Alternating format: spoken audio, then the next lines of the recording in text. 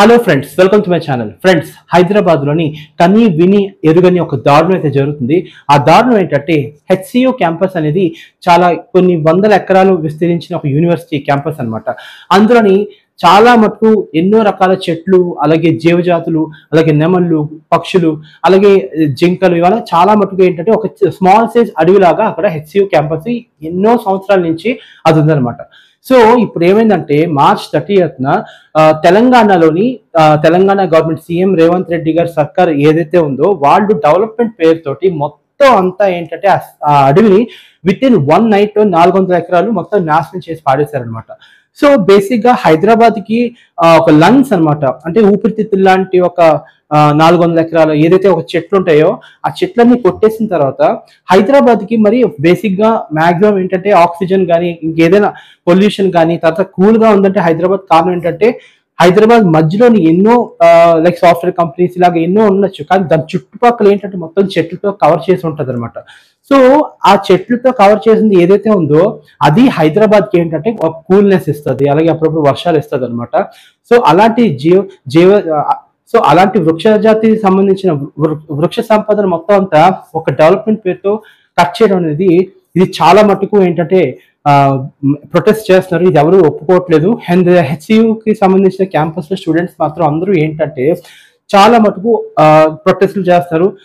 దయచేసి no bulldozers are allowed in the campus premises అని. So దయచేసి ఎవరు కొట్టద్దు. బట్ అయినా సరే ఈ మొత్తం అయితే 400 ఎకరాలు మొత్తం ఓవర్ నైట్ లో 400 ఏకర్స్ ని మొత్తం అంతా ఏంటంటే కట్ చేసి పాడేశారు. అంటే మొత్తం చెట్లని నాశనం చేశారు. కొన్ని వేల అంటే రకరకాల చెట్లు ఉంటాయి ఫ్రెండ్స్, రకరకాల చెట్లు, రకరకాల పక్షులు, రకరకాల నెమళ్ళు. సో రకరకాలుగా ఉన్న ఆ ఒక్క బయోడైవర్సిటీ ఏదో ఒక స్మాల్ సైజ్ బయోడైవర్సిటీ ఏదైతే ఉందో ఈ డెవలప్మెంట్ పేరుతో ఏంటంటే మొత్తం అంతా చెట్లని నరికేశారనమాట. సో ఇలా చేయడం వల్ల ఏమవుతుంది ఫ్రెండ్స్, మనకి బేసిక్ గా మామూలుగానే హీట్ టెంపరేచర్ అది ఎక్కువ. బేసిక్ ఇప్పుడు మనకి హీట్ టెంపరేచర్ ఎందుకు పెరుగుతున్నాయంటే అంతా డెవలప్మెంట్ పేరుతో చెట్లు నరికేయడం వల్ల ఏంటంటే మనకి భూమి యొక్క టెంపరేచర్ పెరిగిపోయి గ్లోబల్ వార్మింగ్ కి కారణం అవుతుంది అన్నమాట. సో ప్రజెంట్ హైదరాబాద్ లోని అదొక లంగ్స్ అనమాట, ఊపిరితిత్తులు లాంటి ఏదైతే ఉంటుందో అది హెచ్సియు క్యాంపస్ లో మొత్తం అంతా చిన్న స్మాల్ సైజ్ అడవి ఏదైతే ఉందో అది మొత్తం అంతా నరికేస్తున్నారు. సో ఇది బేసిక్ గా స్టూడెంట్స్ అందరూ ప్రొటెస్ట్ చేస్తున్నారు. అసలు తెలంగాణ గవర్నమెంట్ సీఎం రేవంత్ రెడ్డి గారు ఏం చేస్తారో తెలియట్లేదు. కానీ ఇలా కానీ కంటిన్యూ చేస్తే వచ్చే ఎలక్షన్ లో తెలంగాణ ప్రజలు మీకు తగిన గుణపాఠం అయితే చెప్తారు. ఇప్పటికే రేవంత్ రెడ్డి సర్కార్ మీద ఏంటంటే చాలా మంది విమర్శలు వెలువెత్తుతున్నాయి. ఎందుకంటే వచ్చి రాగానే ఏంటంటే చాలా మటుకు ఇల్లులన్నీ ఏంటంటే కొలాప్స్ చేశారు. అది చాలా పెద్ద దెబ్బ అనమాట. ఏదైనా సరే నోటీసులు ఇవ్వాలి. ఓకే, కొనేవాళ్ళు ఏదైతే ఉంటుందో మరి ఇవేమీ అనుకోకుండా కొంటారు కాబట్టి అది వాళ్ళకు కూడా తెలియదు. అందుకని ముందు నోటీసులు అవి ఇవ్వాలి. వచ్చి రాగానే మొత్తం ఇల్లులని చెరువు దగ్గర కట్టిన ఇల్లులని కూల్చేశారు. ఓ రకంగా మంచి పని అయినా సరే అది ప్రజల నుంచి చాలా విమర్శలు వచ్చాయి. మాకు నోటీసులు అందకుండా నోటీసులు ఇవ్వకుండా మాకు ఇచ్చారని చెప్పి. ఏదైనా సరే నోటీసులు ఇచ్చి చేస్తే వేరే రకంగా ఉండేది. బట్ ఇప్పుడు మళ్ళీ ఏంటంటే తెలంగాణ ప్రజల గురించి అసలు వాళ్ళ గురించి ఆలోచించకుండా ఏంటంటే ఈ గవర్నమెంట్ అనేది రూలింగ్ అనేది అవుతుంది అనమాట.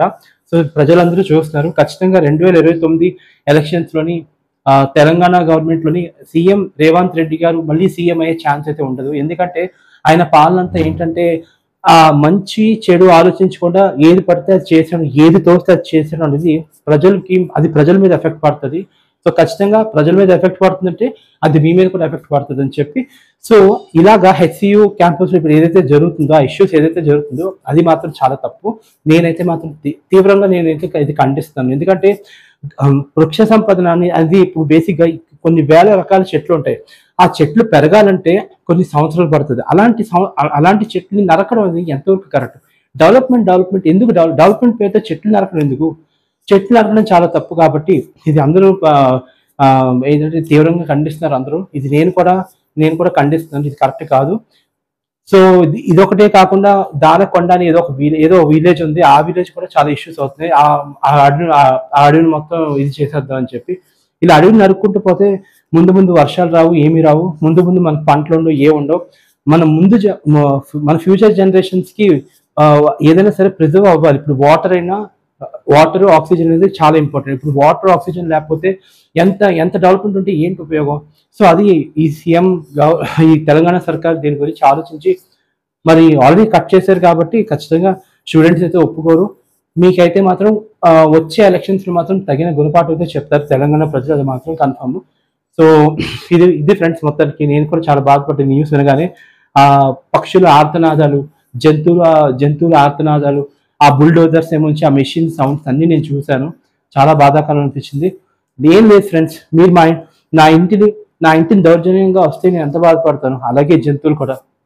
ఆ అడవి అనేది వాళ్ళ ఇల్లు, జంతువుల ఇల్లు. ఆ ఇంటికి మనం వచ్చి కూలగొడితే ఎంత బాధపడతారు. అదొక్క అదొక్క రకంగా ఆలోచించుకుంటే, అది ఒక్క విషయం ఆలోచించుకుంటే కొంచెం బాగుంటది. బట్ ఆలోచించలేదు కాబట్టి తెలంగాణ ప్రజలు కూడా మీ గురించి కూడా ఆలోచించరు. వచ్చే ఎలక్షన్లో మీకు తగిన గుణపాఠం అయితే చెప్తారు. So that's all for today. And ఈ న్యూస్ చెప్పినప్పుడు నేను చాలా బాధపడ్డాను.